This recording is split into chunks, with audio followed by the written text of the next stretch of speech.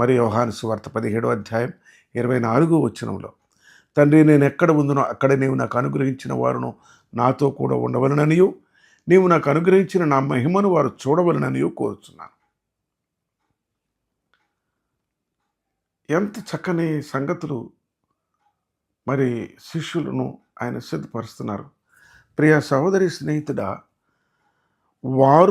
వారి సేవను ముగించుకొని వచ్చినప్పుడు తండ్రి దగ్గర ఏ స్థానంలో ఉండాలో ఇప్పుడే స్థాపించుకుంటా ఉన్నాడు ఆయన. ఇప్పుడే స్థాపించుతా ఉన్నాడు. వారికి సింహాసనాలు వేస్తానని మాట ఇచ్చాను. నేనుండు చోటను మీరుండులాగా నేను తీసుకెళ్తానని మాట ఇచ్చాను నేను. అవి స్థిరపరుస్తూ వారి పక్షంగా ప్రార్థన చేస్తూ తండ్రి ఎదుటికి వారిని తీసుకొస్తున్నాడు. తండ్రి చేతుల్లో పెట్టుకుంటున్నాడు.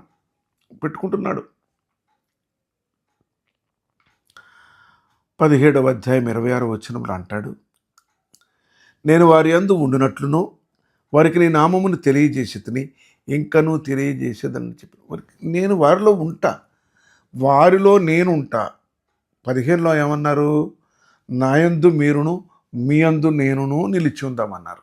ఇక్కడ అంటున్నారు వారి యందు నేను ఉంటా. అంటే తండ్రి అయిన దేవునికి ఏమని విన్నపం చేస్తున్నారంటే, నేను ఎలాగో వాళ్ళు అలాగే, నాలాగే వారిని మహింపరచు, నాలాగే వారిని చేర్చుకో, నన్ను ప్రేమించినట్టే వారిని ప్రేమించు. 17వ అధ్యాయం 11వ వచనంలో, మనము ఏకమై ఉన్నలాగిన వారును ఏకమై ఉండునట్లు నాకు అనుగ్రహించిన నీ నామమందు వారిని కాపాడుము.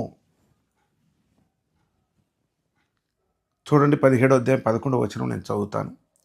నేనికను లోకములో ఉండను కానీ వీరు లోకములో ఉన్నారు. నేను నీ వద్దకు వచ్చుచున్నాను.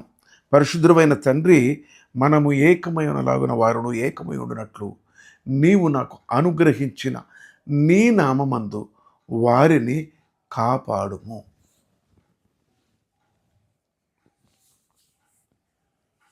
నీతి స్వరూపుడు ఒక తండ్రి, నీవు నన్ను పంపినవని వారు ఎరిగినారు అంటున్నాడు. వారు తండ్రి ఎదుటికి తీసుకుని వస్తూ ఉన్నాడు. అక్కడ 17వ వచనంలో ఎంత గంభీరమైన మాట ప్రభు పలుకుతారంటే, సత్యమందు వారిని ప్రతిష్ఠ చేయము, నీ వాక్యమే సత్యము. కనుక they were ordained with the word of God in the presence of Heavenly Father.